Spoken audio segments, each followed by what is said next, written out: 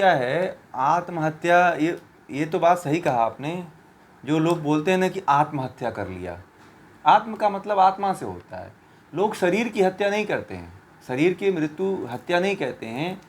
वह जो है आत्महत्या जो बोलते हैं उनको पता ही नहीं है शब्दों का ज्ञान, तो वह कह देते हैं आत्महत्या कर दिया। ठीक है, तो वो आत्महत्या नहीं हुई। कोई आत्मा की तो हत्या कोई कर ही नहीं सकता है। शरीर की हत्या कोई कहता कि ये जो शरीर है, तो उसकी ये बात समझ में आती। ये शब्द तो वास्तव में गलत है ही। और बहुत अच्छा आपने इस पे चिंतन किया है कि जो आत्महत्या जो शब्द है, वह शब्द जो है शरीर से होना चाहिए, न कि आत्मा से होना चाहिए। शरीर हत्या हो तो बात समझ में आती है, आत्महत्या जो शब्द है उसको हटा देना चाहिए। ये जानते हैं कुछ कुछ ऐसे शब्द हैं जो हमारे बीच में आए हुए हैं जिन्हें हमें उसका अर्थ नहीं पता है। ठीक है, चाहे आध्यात्म में हो, चाहे हमारे दैनिक जीवन में भी हो। दैनिक जीवन में ऐसे ऐसे शब्द हैं जिनका हमें अर्थ नहीं पता है और जो हम बोले जाते हैं। ठीक है, हम बोले जाते हैं, सुबह से शाम तक good morning, good night, good evening ऐसे बोलते जाते हैं, उनका भी कोई मतलब नहीं निकलता है। यदि आपको सुबह का, दोपहर का, शाम का नमस्ते ही करना है, उद्बोधन ही करना है, तो सबसे अच्छा शब्द है नमस्ते। कि मैं आपके प्रति आदर भाव रखता हूँ, इसका तात्पर्य होता है। मैं आपके प्रति कृतज्ञता का भाव रखता हूँ, इसका अर्थ होता है। अब गुड मॉर्निंग का अर्थ क्या होता है बताओ आप? अच्छा सुबह। तो एक दूसरे को अच्छा सुबह कह दिए तो इससे क्या होने वाला है? और कुछ लोग क्या कहते हैं कि जैसे बोल देते हैं जय श्री कृष्णा, तो भगवान का नाम भी इस तरह से बोलना उचित नहीं होता है। या तो आप उसे नमस्ते बोल दीजिए, प्रणाम बोल दीजिए, ठीक है, या नमस्कार कह दीजिए, तो वो बात समझ में आती है। आप संबोधन कर रहे हो किसी को, ऐसे कर रहे हो ओम, ओम शब्द भी ईश्वर के नाम है, तो वो भी नहीं बोलना चाहिए। हरे कृष्णा, ऐसे लोग कहते हैं हरे कृष्णा, तो इसका तात्पर्य कुछ निकलता है कि आप सोचिए, खुद सोचिए। यदि नहीं, जय श्री कृष्ण मानने से नहीं होता है। चलो ये बहुत अच्छी बात है कि कम से कम श्री कृष्णा का नाम ले लेते हैं इस बहाने से, परंतु उसके साथ साथ बोलिए आप जय श्री कृष्णा, पहले बोलिए नमस्ते, फिर बोलिए जय श्री कृष्णा। ठीक है, तो इसका कुछ मीनिंग निकलेगा। अब नमस्ते बोल देने से क्या होता है कि जो ऊर्जा होती है, देखिए नमस्ते क्यों बोला जाता है, इसके पीछे भी वैज्ञानिक कारण होते हैं। किसी को जब हम नमस्ते बोलते हैं तो वह व्यक्ति हमारे प्रति कुछ अच्छे भाव का उद्गार लाता है। ठीक है, तो वह भाव हमारे भीतर जो है तरंग के माध्यम से, आवृत्ति के माध्यम से वह हमारे भीतर पहुंचते हैं। ठीक है, और जो पंच तत्व हैं, उन पंच तत्वों के द्वारा भी यदि हम किसी का पैर छूते हैं तो पांच तत्व जो है, पांच अंगुलियों में जो है, कहते हैं कि उसके माध्यम से उसका प्रतिनिधित्व होता है। पांच तत्व पांच अंगुलियों का प्रतिनिधि होता है। और जब हम किसी का पैर छूते हैं तो किसी के जो हमसे श्रेष्ठ होता है, हमसे ऊंचा होता है, तो हम उसकी जो कहते हैं कि दिव्य ऊर्जाएं होती हैं, उन ऊर्जाओं को ग्रहण करने की क्षमता रखते हैं। यदि हमारे अंदर उस समय अहंकार आ गया, अहंकार का भाव लेकर के किसी को नमस्ते करते हैं, तो वह ऊर्जा लौट जाती है उसके तरफ से आई हुई, और हमारे तरफ कोई अच्छी जो दिव्य ऊर्जाएं होती हैं, वह ऊर्जाएं हमारे अंदर नहीं पहुंच पाती हैं। क्योंकि जब अहंकार रहता है, और जब तक आप नमस्ते नहीं बोलोगे तब तक अहंकार नहीं जाता है। ऋषियों की एक बहुत बड़ी खोज है नमस्ते। ठीक है, नमस्ते शब्द ऐसा है कि अहंकार को नष्ट करता है। ठीक है, अहंकार को नष्ट करता है। एक व्यक्ति था, और एक व्यक्ति, बड़ा गांव का एक व्यक्ति था, बहुत दबंग था। अब थोड़ा अहंकार के बारे में छोटी सी कहानी है, उसको सुन लीजिए। एक गांव में रहने वाला व्यक्ति था, अपने गांव में बड़ा दबंग था, सबको परेशान किया करता था। तो वह उसका कोई भी नमस्कार नहीं करता था तो वह उसको पिटाई करता था, मारता था। किसी भी वर्ग का व्यक्ति होता था, यदि उसके सामने से वह जा रहा है, यदि उसको कोई नमस्कार नहीं करता था, तो उसके पैर पे गिरता नहीं था, उसका पैर नहीं छूता था, तब तक वह किसी को मारता था। ठीक है, तो एक गांव का व्यक्ति था, थोड़ा समझदार था, तो वो किसी साधु महात्मा के पास गया और कहा कि जो है एक व्यक्ति है, वह जो है यदि हम उसको नमस्ते नहीं करते हैं, उसका पैर नहीं छूते हैं, तो हमें वह प्रताड़ित करता है और मारता है, कोई उपाय बताइए कैसे हम उससे बचें। तो साधु ने कहा कि ऐसा करना कि उसका दिन भर उसको जो है सभी लोग मिलकर के उसका नमस्ते नमस्ते उसको बोलो, जब देखो तब बोलो नमस्ते, जब देखो तब बोलो नमस्ते। तो ऐसे बोलते बोलते बोलते बोलते जो है उसके अहंकार पे, उसका अहंकार और ऊंचा बढ़ता चला गया।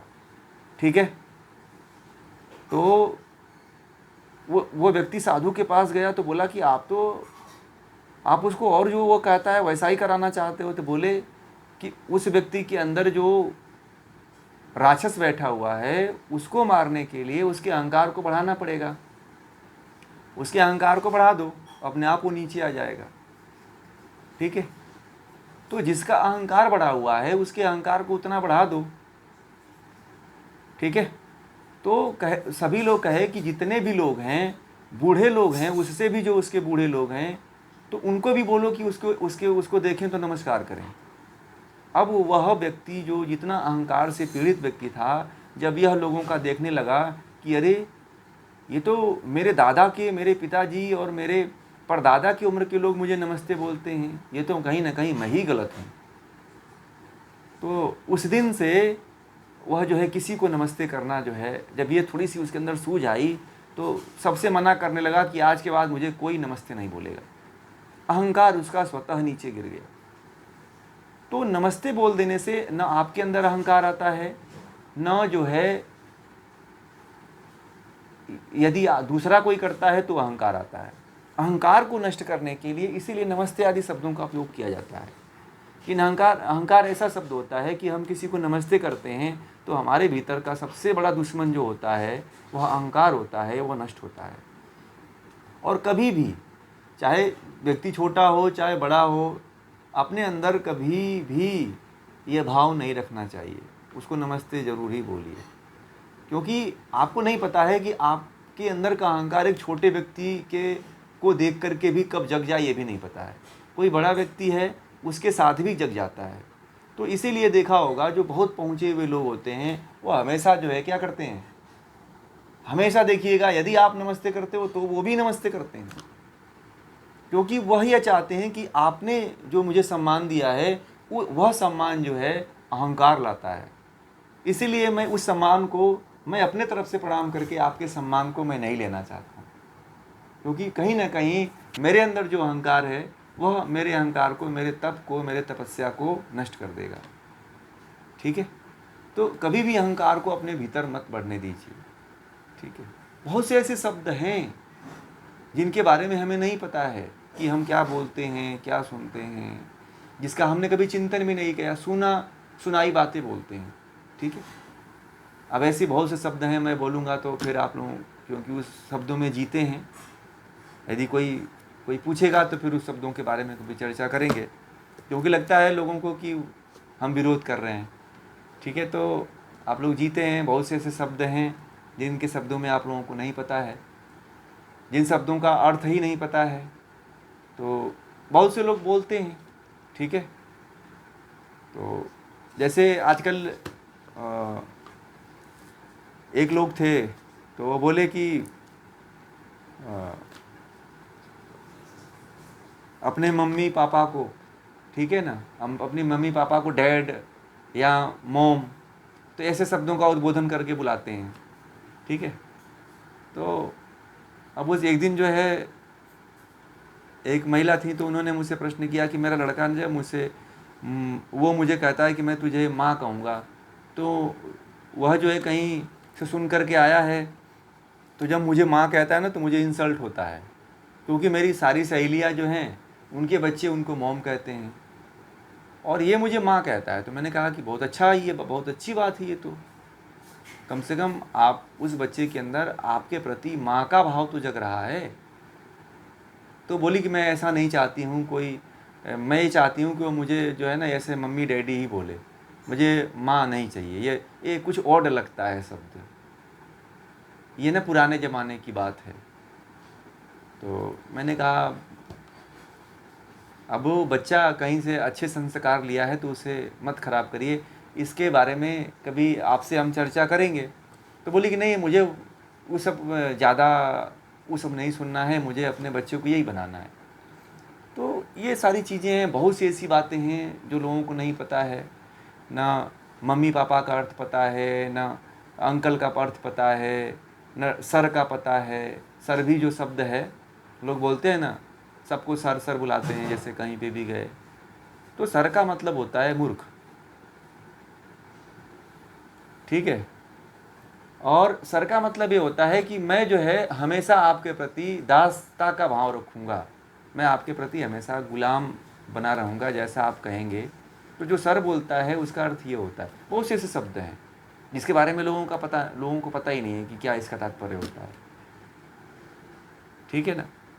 कई ऐसे शब्द हैं जो हमारे दैनिक दिनचर्या में हैं, जो हमारे बार बार इन शब्दों का प्रभाव हमारे जीवन पे बहुत ही गहरा पड़ता है। जैसे कई शब्द हैं, जैसे माँ बाप हैं तो अपने बच्चों का नाम जो है क्या रख देते हैं, उल्टा सीधा नाम रख देते हैं, ठीक है। सैंडी, पैंडी, गैंडी, ये सब नाम रख देते हैं, घर में बुलाते रहते हैं, ठीक है। कुत्तों का नाम रख देते हैं, कुछ बच्चों का नाम इधर का उधर, चिंटू, मिंटू, पिंटू, टिंटू ऐसे बुलाते रहते हैं। तो उन शब्दों का अर्थ उनको पता ही नहीं है। आप जिस तरह से कुछ लोग बुलाते हैं टिंकू, टिंकू का मतलब क्या होता है, आवारा, ठीक है। एक लड़का है, मैं बताऊं अभी आपको, बहुत अच्छा लड़का है, बहुत अच्छा लड़का, नेचर से बड़ा हो गया है। वो एक दिन मुझे मिला तो कहा कि भैया ऐसा है, हमारे साथ एक घटना घटित हो जाती है। मैंने कहा क्या? ये सच्ची घटना बता रहा हूँ। तो उसका नाम टिंकू है और टिंकू सिंह लिखता है। तो कहता है ना कि मैं कहीं जाता हूँ ना तो लोग मुझे चेहरे से कहते हैं कहीं गुंडा आदमी है, वो खुद कहा। तो मैंने कहा ऐसा क्यों? बोले कि अब मेरे घर वाले और मेरा नाम ही हर जगह ये टिंकू सिंह लिखवा दिए। अब उसका असर ये हो जाता है कि मैं गलत संगति में पहुंच जाता हूं, क्योंकि आवारे लड़कों की संगति में फंस जाता हूं। क्योंकि मैंने कहा कि तुम्हारे माँ बाप ने ही गड़बड़ी किया है ना, टिंकू का अर्थ ही होता है आवारा। तो बोला कि आवारा होता है। मैंने कहा कि हाँ, निकाल करके देखना कहीं डिक्शनरी में खोज करके। तो बोले कि हमारे माँ बाप हमको आवारा ही क्यों नाम लिखे, और कोई दूसरा नाम रही था। नाम का बड़ा असर पड़ता है। इसीलिए कभी भी किसी को संबोधन करना हो तो अच्छे नामों से संबोधित किया करें, आधा अधूरे नाम से किसी को मत बुलाया करिए।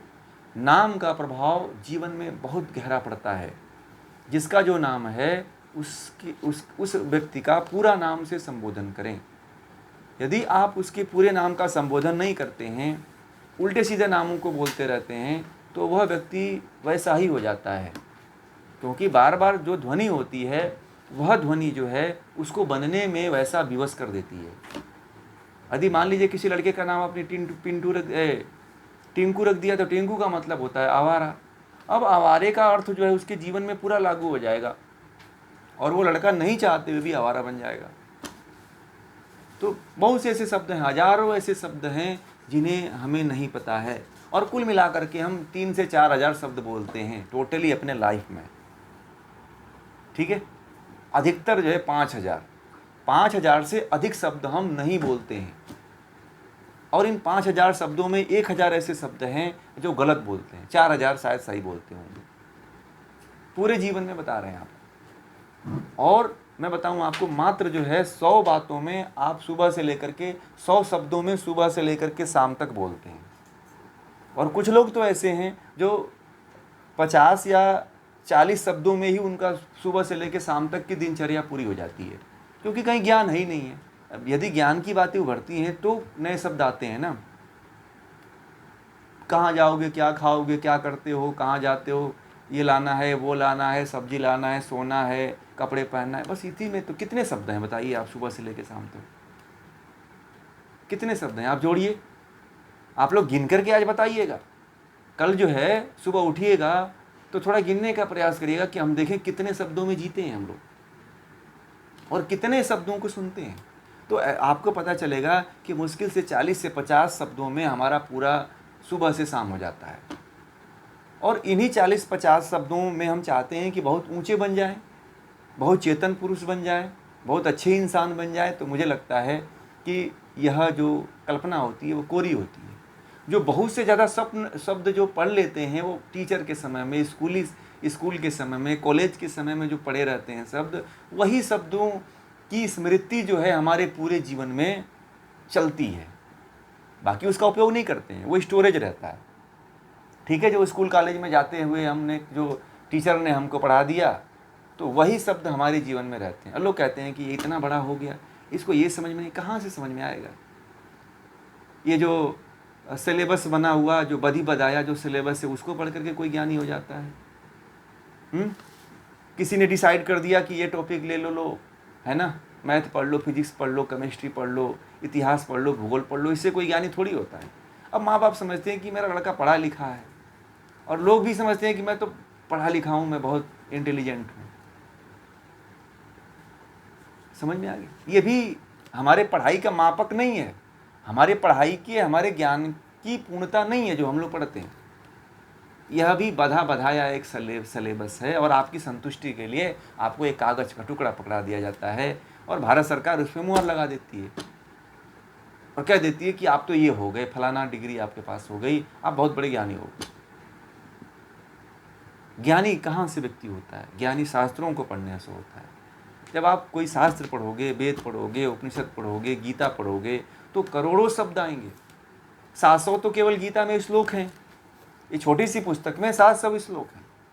तो 700 में करीब 700 में 7000 बनेंगे श्लोक, तो 7000 शब्द आप यदि गीता ये पढ़ते हो एक बार, तो कम से कम आप 7000 शब्दों के बारे में परिचित हो जाओगे आप लोग। कितनी बड़ी बात है कि नहीं है? यदि आप 2 ग्रंथ, मान लो गीता अभी पढ़ते हो, आप कोई दूसरा और उपनिषद पढ़ते हो, तो उपनिषद में तो 108 उपनिषद हैं, तो 108 में मान लीजिए एक मंत्र में यदि आप 10 शब्द सुनते हो तो कितने हो जाएंगे? 108 में 10 का मल्टीप्लाई करोगे तो कितना हो जाएगा? करोड़ों अरबों शब्द के ज्ञाता हो जाओगे, तब ज्ञान बढ़ता है, तब आप ज्ञानी होते हो। ज्ञान इसलिए नहीं होते हो कि आपकी उम्र बढ़ गई है तो वह व्यक्ति ज्ञानी नहीं होता है, वह शरीर से बढ़ गया है, चौथापन आ गया है, तो उसको ज्ञानी नहीं कहते। तो बहुत से शब्द हैं, शब्दों के बारे में यदि बात किया जाए तो बहुत समय लगेगा, कभी और भी चर्चा कर लेंगे इन शब्दों के बारे में। ठीक है जी।